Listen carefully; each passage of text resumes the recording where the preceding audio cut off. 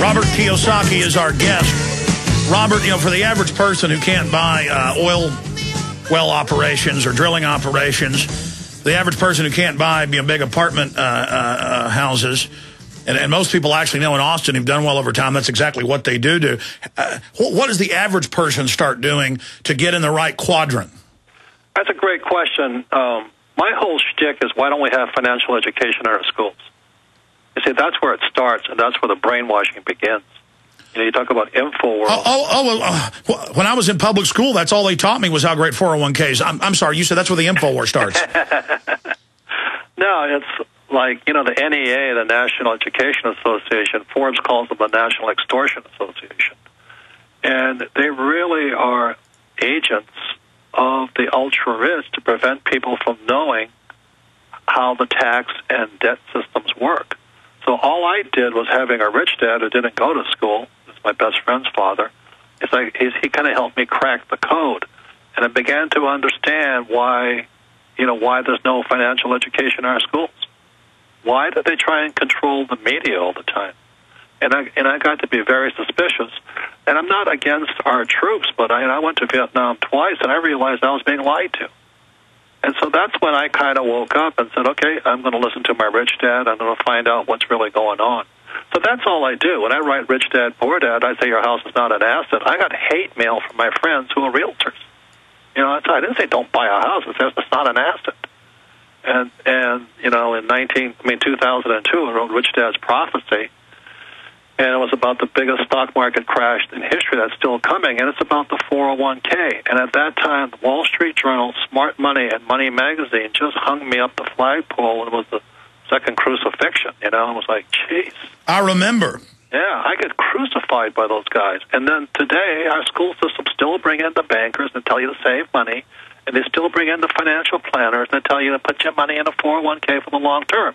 And I'm saying there's another side to that. That's where I make my money, is on ignorance. And all I do in Rich Dad is just say, this is the other side. It's a free country. Make your choice. Okay, so you're somebody making $200,000 a year, keeping about $100,000 after taxes. What does Robert Kiyosaki do? I would take a class, in 1973, I took classes on real estate. I don't, residential real estate. I meet these idiots like my accountant. He says, yeah, I'm a real estate investor. I own a house. I said, no, you're a consumer. You're not an investor. No, I'm an investor. But they're such morons. They know nothing about tax code and all this stuff and property management and all the things that make you rich. So I started off back in 1973, a little one-bedroom, one-bath condo on the beach of Maui. And that's where it began. Today I own about 4,000 units, 5 golf courses, luxury hotels, oil production throughout the world, and businesses throughout the world, gold mines and silver mines. But I didn't listen to the school system, and that's the difference. Well, that's like 10 years ago. They said, do not buy gold and silver. It's a bad investment. They're still saying it. But to 1980 inflation, it's supposed to be $2,500 an ounce. You should have seen me. I was in 2000 on CNBC, and they said, what are you investing? I said, gold. They said, that's stupid. It's $275 an ounce.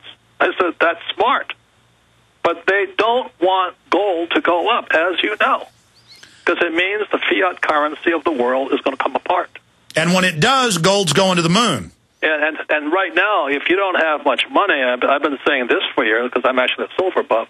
Silver is the best investment of all because it's a consumable precious metal, whereas gold is hoarded. For the first time in the history of the world, there is more gold than silver on planet Earth. So silver is a bargain, even at $25. And I hear these morons tell me I don't have any money. I said, Jesus, $25, you don't have that, you're in big trouble. Well, silver was $5.50, $6 10 years ago. It's at almost 25 an ounce right now. Right. I'd say that's a pretty good investment. And anybody could start buying $1 silver a month. I mean, come on. Yes, exactly right. And I think silver is the biggest sleeper of all.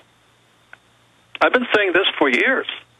And, everybody watches gold. I have lots of gold. I have a gold mine in China. I have a silver mine in South America. But silver, because I'm in the industry, I understand who buys my silver. It's industry. That's right. It's used in manufacturing, you name it. Water purification, electronics, every computer, every cell phone. And correct me if I'm wrong, but I've read a lot of numbers and statistics. I've seen reports that they're now selling more gold than they are mining each year for the first time. But it's even worse with silver, that they can't find the silver they need to supply. You're exactly correct. And I'm in the industry. I can tell you that. Wow. Well, we'll start getting into that. That's really interesting. Well, it's just really simple. You don't have to go to college for this. Silver is consumed. Silver is like oil. You know, it's burned up. It doesn't come back. So silver is being burned up at higher speeds, and the more we shift to the information age, you know, the more iPads and Apple comes out with that. It's like lithium in Afghanistan. I mean, we know why we're there. Oh, amen.